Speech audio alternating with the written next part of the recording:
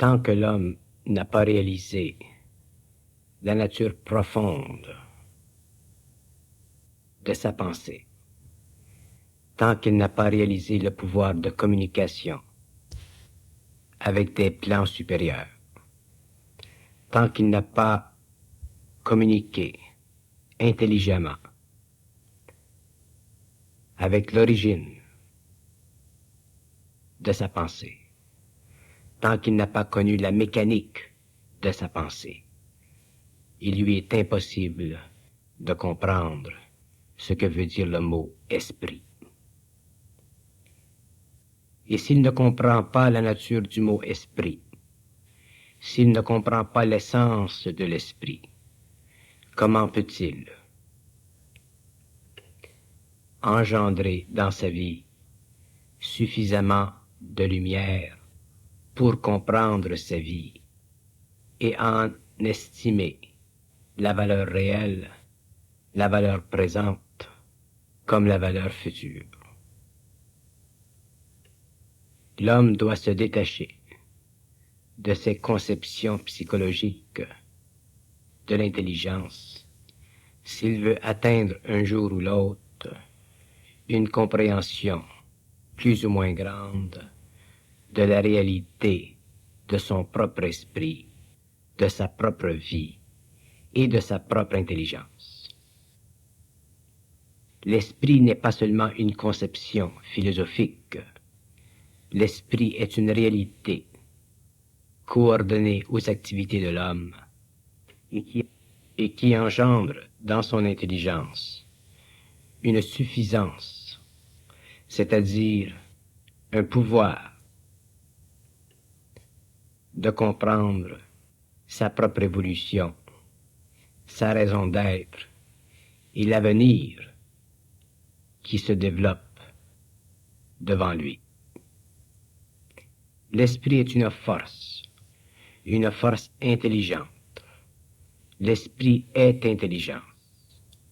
Et tout rapport entre l'homme et l'esprit devient un rapport de communication qui permet à l'homme d'autodéterminer sa vie et de consacrer ses énergies à un processus créatif vital qui l'amène là où il doit aller et non là où il est poussé par les événements existentiels d'une vie inconsciente et mécanique. L'importance pour l'homme de comprendre la loi de toute communication avec l'esprit, fondée sur l'intelligence de son esprit en relation avec l'intelligence de l'esprit avec lequel il communique, est la pierre fondamentale sur laquelle doit s'ériger toute conception éventuelle de la réalité. Sans cette pierre fondamentale, l'homme rapidement épuise ses forces et contribue à la continuité de l'aliénation entre lui-même et le cosmos invisible. Inutile à l'homme de rechercher par des formules pratiques, spirituelles ou philosophiques des attributs de l'esprit, puisque l'esprit n'engendre chez l'homme que l'intelligence dont l'homme est disposé à recevoir. Et cette intelligence dont il est disposé à recevoir est toujours mesurée à l'échelle de la personnalité humaine et en conjonction avec le plan de vie de tel ou tel homme. Mais ce n'est plus la qualité ou la grandeur de l'intelligence qui devient importante lorsque l'homme est en communication avec l'esprit et que son esprit apprend graduellement à découvrir, mais c'est la qualité de son intelligence, la profondeur de cette qualité et la vertu même de l'intelligence de cette qualité. De sorte que tout homme, quel que soit son plan de vie, possédant l'intelligence de l'esprit, peut facilement s'accorder avec un autre homme, dont le plan de vie peut être plus vaste, et l'intelligence aussi plus vaste, mais dont l'origine appartient à la même souche, c'est-à-dire aux forces de la lumière. L'universalité de l'homme, l'universalité des hommes, est représentée par la conscience de l'esprit dans l'homme. Et tout rapport entre les forces de la lumière et l'intelligence de l'homme n'a de qualité que dans l'absence des différences intellectuelles que veulent bien attribuer les personnalités à l'intelligence universelle. Le fardeau de l'erreur humaine est fondé sur la conception de l'intelligence de l'homme, telle qu'exprimée par sa personnalité cultivée et conditionnée par la tradition. Lorsqu'en fait l'intelligence humaine, quelles que soient ses vertus ou ses qualités, cache derrière elle un tableau sur lequel s'inscrit l'intelligence universelle. Mais malheureusement, ce tableau, parce que justement l'homme, inquiet de sa connaissance, et n'ayant pas su reconnaître l'écriture sur le tableau, refuse d'y voir une prépersonnalité, de sorte qu'avec le temps, il est enclin à glorifier son intelligence et à s'attribuer tous les aspects de cette intelligence, sans y reconnaître le souffle invisible. Avec le temps, la conscience du souffle invisible disparaît et l'homme se plonge à tue-tête dans les préconceptions erronées qu'il se fait du monde réel et invisible. L'homme doit apprendre à coordonner la nature de ses pensées avec l'origine intelligente de ses pensées, de sorte que si ses pensées lui apparaissent comme ne venant pas de lui, il doit faire le point dans l'instantané et reconnaître qu'une intelligence autre que la sienne souffle en lui ses pensées afin de le diriger dans le processus philosophique de sa vie. Mais si l'homme n'est pas disposé à reconnaître ou n'est pas instruit dans la reconnaissance de cette réalité, il est évident qu'il ne pourra jamais atteindre la conscience totale de lui-même et éventuellement réaliser le profond de sa réalité. Il ne s'agit pas pour l'homme de se faire prendre dans le jeu de toutes les pensées qui puissent pénétrer son esprit,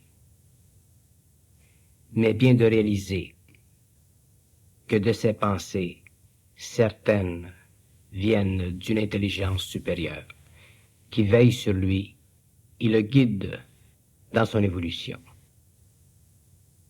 Déjà, ce premier pas lui suffira pour l'amener petit à petit à mettre de côté le flot incessant d'intelligence ou de pensées intelligentes ou non intelligentes, passant par son esprit et cherchant à créer en lui la confusion.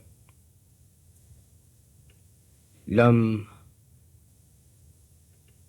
toujours inquiet de son esprit, de son orientation, se voit obligé de subir pendant une certaine période de temps une sorte de confusion qui résulte justement du fait que la limitation ou la délimitation entre l'intelligence universelle en lui et les formes d'intelligence planétaire créées par lui au cours des années n'est pas encore établie. C'est le manque de délimitation entre l'intelligence intérieure et l'homme qui fait que ce dernier vit une vie confuse lorsqu'il devient de plus en plus conscient de l'origine de ses pensées. Or, la confusion est un état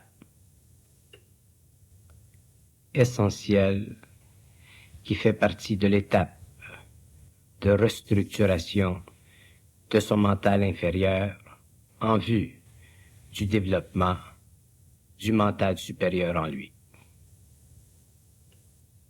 Les lois de l'esprit sont simples, mais l'énergie que véhicule l'esprit lorsqu'il pénètre le mental inférieur de l'homme est inusitée dans l'expérience pensante de l'homme, et c'est pourquoi ce dernier peut vivre une période où une certaine confusion s'établit dans son esprit. Mais cette confusion est toujours proportionnelle à l'attachement personnel qu'il a envers ses pensées. Puisque toute pensée est une forme, et que toute forme de pensée non transmutée contient en elle-même une qualité émotive directement liée à l'expérience humaine, il est évident que l'homme, néophyte dans son expérience, doit en vivre la réalité selon la structure même de son mental inférieur. Le conditionnement de l'homme est tellement vaste, tellement nuancé, que ce n'est qu'avec le temps qu'il apprend à discerner derrière ses pensées, dans la jungle de ses pensées, une autre forme de pensée émanant d'un centre supérieur de lui-même et servant à éclairer le champ très vaste de son expérience pensante. L'actualisation en lui de la pensée objective, de la pensée universelle, lui révèle avec une certitude fracassante que le domaine de la pensée est assujetti à la forme et que tant que l'homme est assujetti à l'illusion de cette forme, il ne peut être en liaison avec l'intelligence universelle. L'homme doit devenir libre dans sa pensée, c'est-à-dire que sa pensée doit venir du fond intérieur de lui-même, être totalement personnel et non le résultat d'un conditionnement quelconque. Sans ce pouvoir de pensée personnel, qui est à la fois très personnel, l'homme est incapable de se situer dans la vie face à sa propre réalité interne. Il est forcé par le fait même de se situer face à une réalité qui n'est pas la sienne et qui doit forcément l'emporter sur lui-même,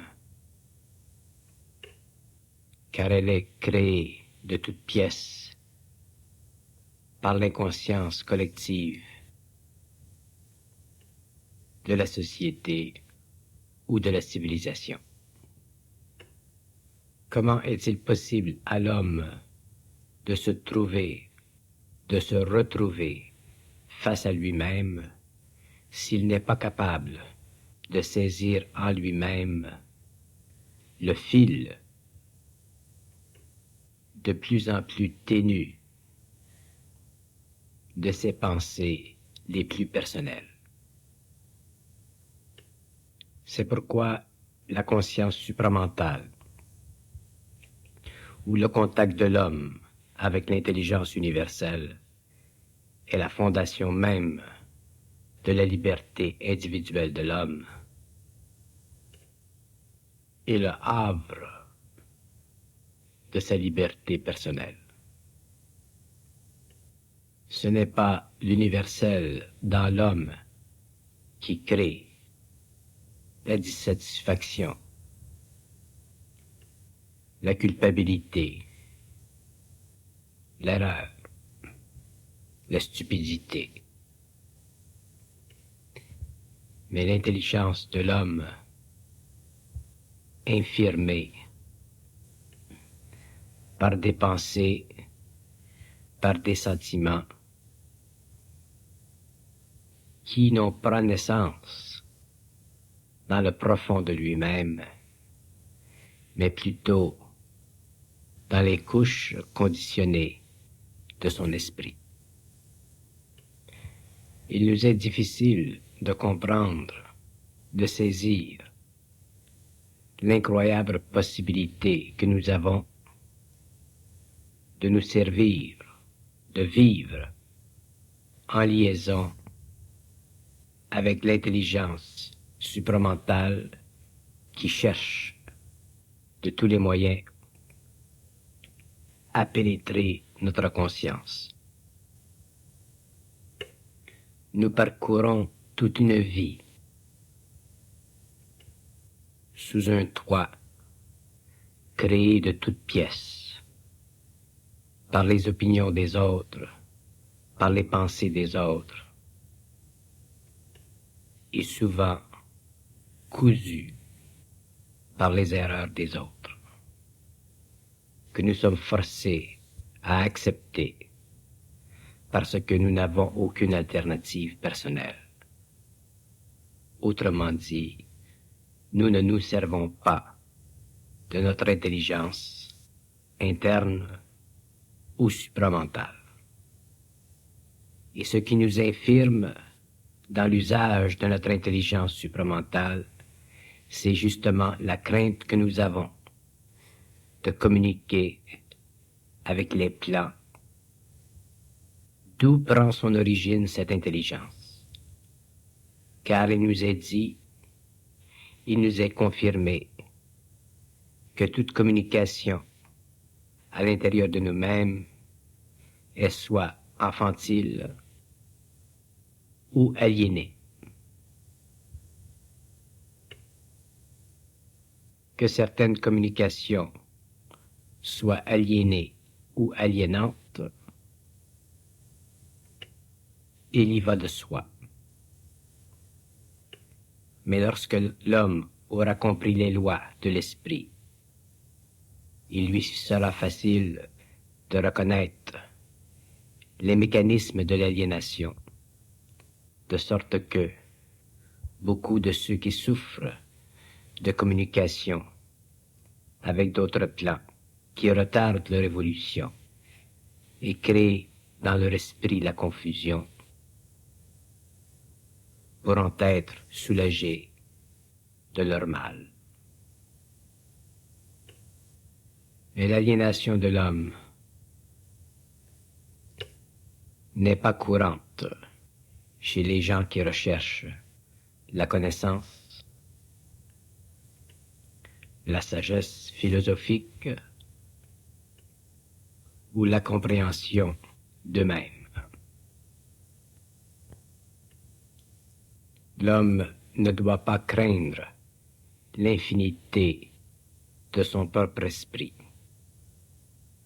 Et ne doit pas craindre non plus l'intelligence universelle qui cherche à se lier à son esprit afin de l'éclairer et de lui faire sentir son propre infinité.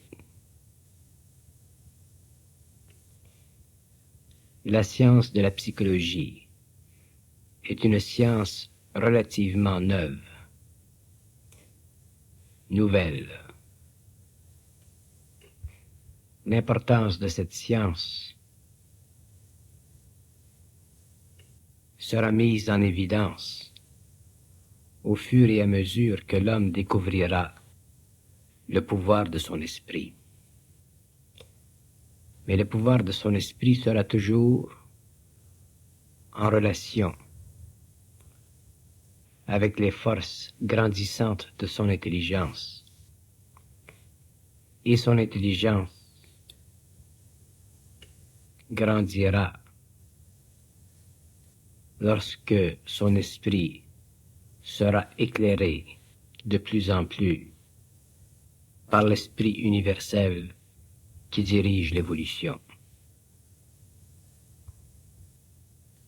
À partir de ce moment, la psychologie de l'homme sera une science profonde, merveilleuse, engendrant en lui la connaissance totale de son être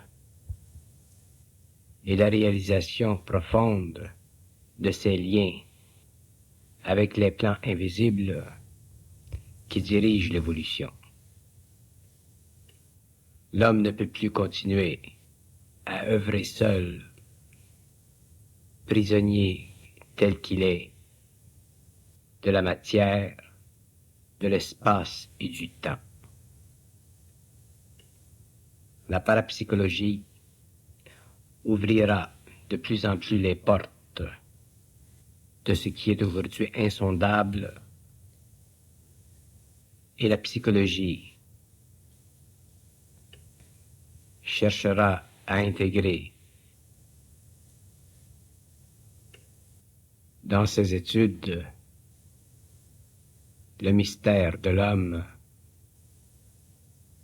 de tout ce qui est au-delà des sens, au-delà du sensoriel, au-delà du logique, c'est-à-dire ce qui est et émane de la réalité spirituelle de l'homme. Ceux qui ont l'occasion, pour une raison ou une autre, de commencer à étudier sur un plan personnel la nature de leurs pensées, l'origine de leurs pensées, et de comparer dans l'instantané leurs pensées véritables avec leurs pensées subjectives, seront automatiquement les pionniers d'une psychologie personnelle, intuitive et supramentale. Le déclin de l'inconscience chez un certain nombre d'hommes ne peut résulter que dans l'accroissement de la conscience supramentale et de la communication entre l'homme et les plans invisibles.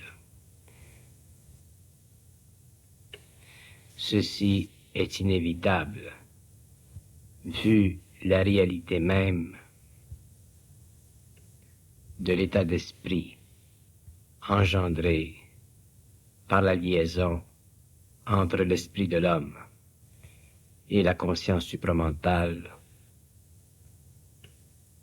telle que manifestée par un ajusteur de pensée. il vous sera utile de savoir et de comprendre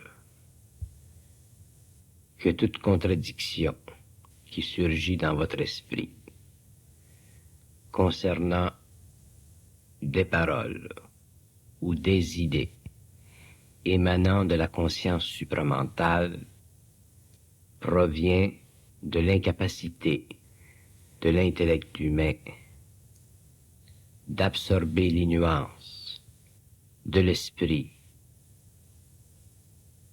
et d'engendrer instantanément dans le mental inférieur les vibrations caractérisant ces nuances.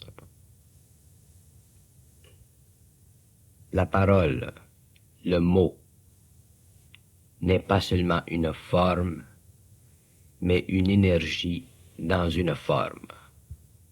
L'intellect s'attache à la forme lorsque l'esprit éveillé reçoit l'énergie dans la forme.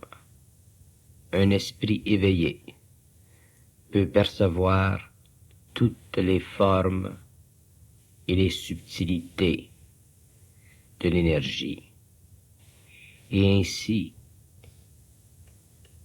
se libérer du fardeau d'influence créé par des contradictions apparentes lorsque le mot usagé par l'esprit sert à véhiculer son énergie.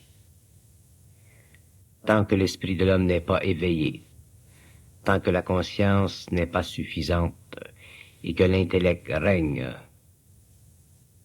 l'homme est impuissant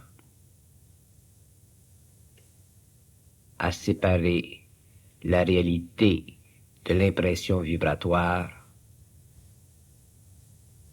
de l'impression intellectuelle créée par l'apparente distraction de son esprit véritable contre son intelligence rationnelle, menant à une contradiction. La contradiction n'existe pas dans l'esprit. Elle est un produit de l'intelligence humaine incapable de se souvenir parfaitement de la grandeur et de la profondeur de la pensée qui l'anime. Voilà pourquoi il est si facile à l'esprit supramental de déjouer constamment l'intellect humain qui est fossilisé, rigidifié par la forme, au lieu d'être dilaté, assoupli par l'énergie de la forme. Autrement dit, l'intellect humain doit devenir un soulier dont la texture est faite d'un cuir souple plutôt que d'un cuir durci par l'usage. La contradiction est à la base même du manque de compréhension entre un homme qui est dans l'esprit et un homme qui est en dehors de l'esprit. La contradiction sert à l'homme qui est en dehors de l'esprit dans la mesure qu'elle lui permet de croire qu'il peut ou qu'il doit rivaliser avec les concepts émis par l'homme qui est dans l'esprit. Or, l'homme qui est dans l'esprit n'est jamais en état de rivalité. Il établit les faits tels qu'ils lui sont présentés par l'esprit, afin de jeter le plus de clarté possible sur l'intelligence des choses pour l'évolution de l'intellect humain.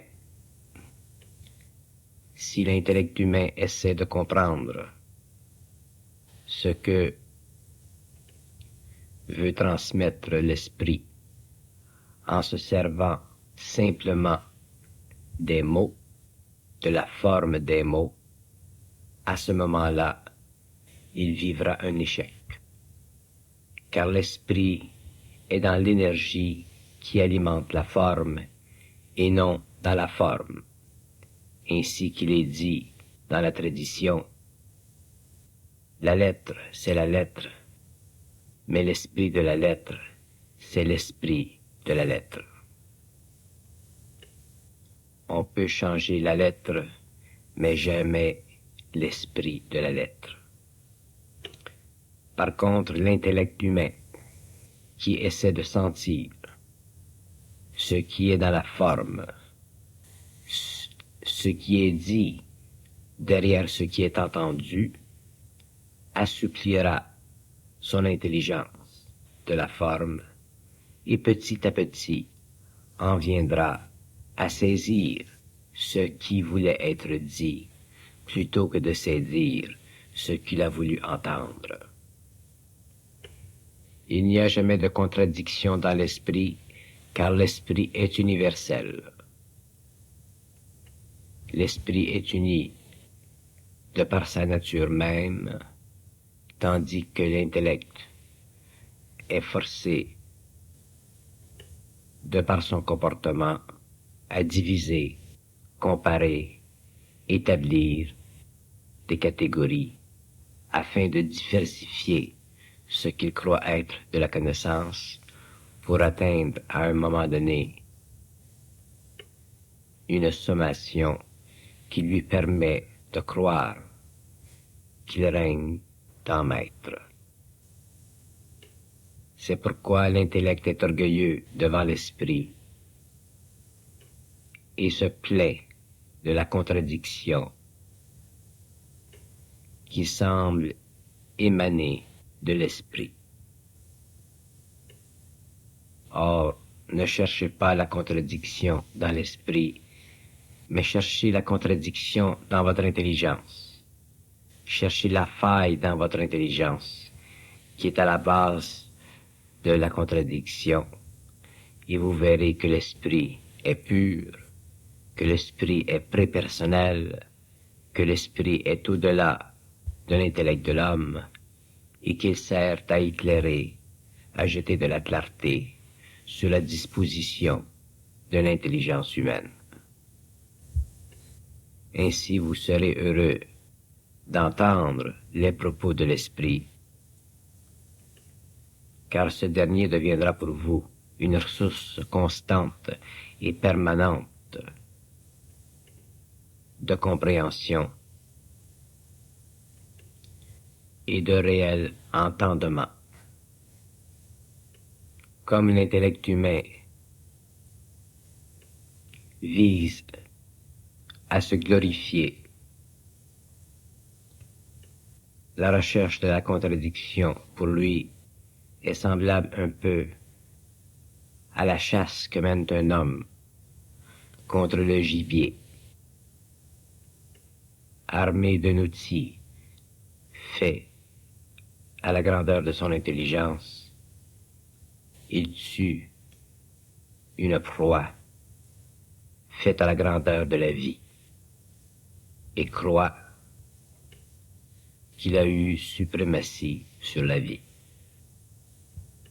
Ce n'est pas l'esprit qui fausse la réalité, mais l'intelligence humaine qui est incapable de la recevoir.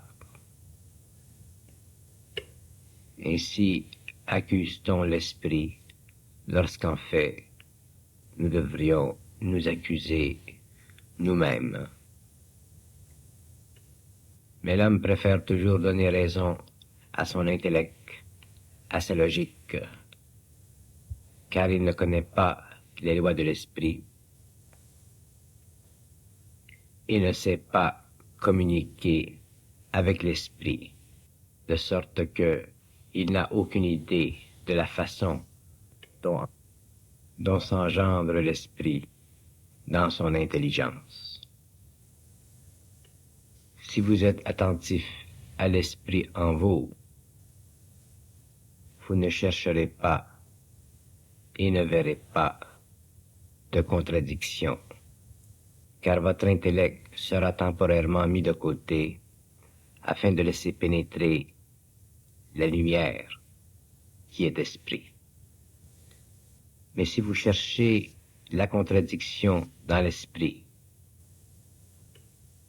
vous amplifierez l'orgueil de votre intelligence, de votre intellect, et croirez que vous avez cerné l'esprit.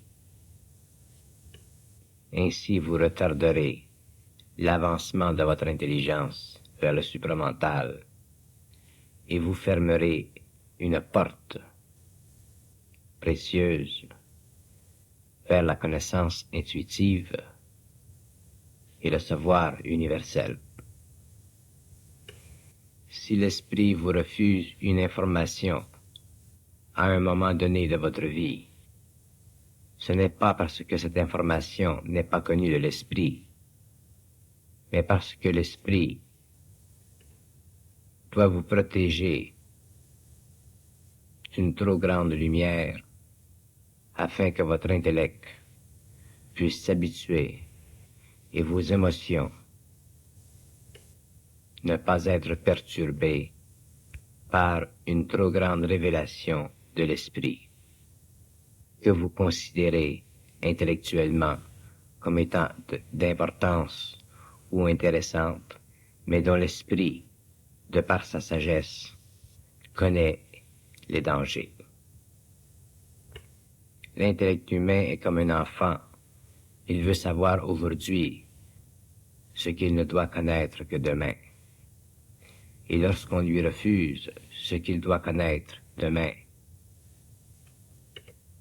il se retourne contre ceux qui lui refusent.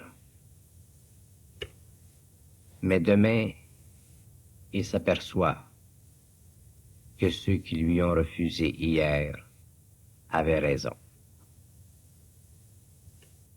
Je vous le dis, l'homme doit être humble dans la connaissance s'il veut avoir accès à toute la connaissance et non une connaissance partielle qui est plus dangereuse que toute la connaissance. Un grand nombre se sont nuits car ils ont su un peu de connaissance. Si l'homme savait réellement combien l'esprit veut transmettre de lui-même vers l'homme, il serait triste de connaître la condition qui empêche ce même esprit de révéler à l'homme sa lumière. C'est pourquoi je dis, plus vous vous exercez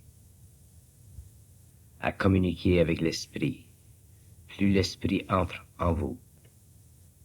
Et plus il entre en vous, plus il vous prépare à recevoir l'énergie qui est la fondation même de la connaissance transmise par l'esprit vers l'homme. Nous prétendons en tant qu'hommes toutes sortes de capacités d'exploit. Mais dès que l'esprit commence à pénétrer en nous, nous nous apercevons que sa pénétration est tellement puissante que les remparts de notre intellect se mettent à craquer et que déjà nous craignons la rupture totale de ces remparts. Et là même, nous osons et nous avons l'effronterie intellectuelle, sinon l'orgueil intellectuel, de réclamer de l'esprit qu'il nous révèle tout. Et pourtant, la pénétration même de l'esprit dans notre intelligence devient à certains moments un aspect effroyable de notre expérience, mais encore nous n'avons pas compris.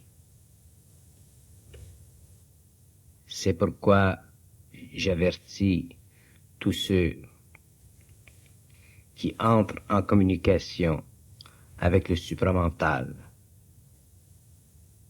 de ne s'attendre à rien, d'attendre, de vivre lentement l'expérience, afin que se mûrissent les liens entre l'intellect et l'esprit, afin que l'intellect grandisse, s'assouplisse et devienne un réservoir solide pour la connaissance que voudra bien lui apporter l'esprit lorsque le temps sera venu. L'expérience de ceux qui ont vécu la pénétration du supramental à un degré avancé servira toujours de mesure pour ceux qui osent, pour des raisons d'intelligence, d'orgueil intellectuel, vouloir devancer les temps.